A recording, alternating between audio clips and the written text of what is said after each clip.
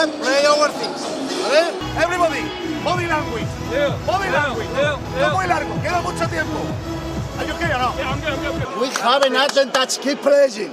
Play handoff, play second pick and roll, okay, pass the ball to the over 5 and keep playing, but no stupid things. Run the call, okay?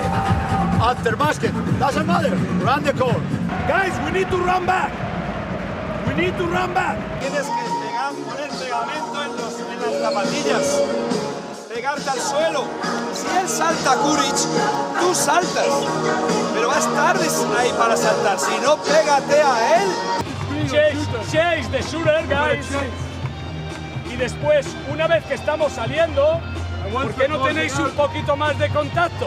No puedes pasar. Kuric va por aquí y tú vas tricky. Tienes que pasar rápido y pegarte. One of the skill, late. Another late. Venga, we need to defense to go back to the rhythm. There is no pressure. Now they pass the ball. Where is the last?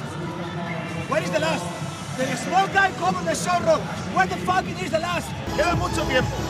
Entonces, ahora es un momento para poner buena cara y ponerse a trabajar. Venga, que podemos, hombre.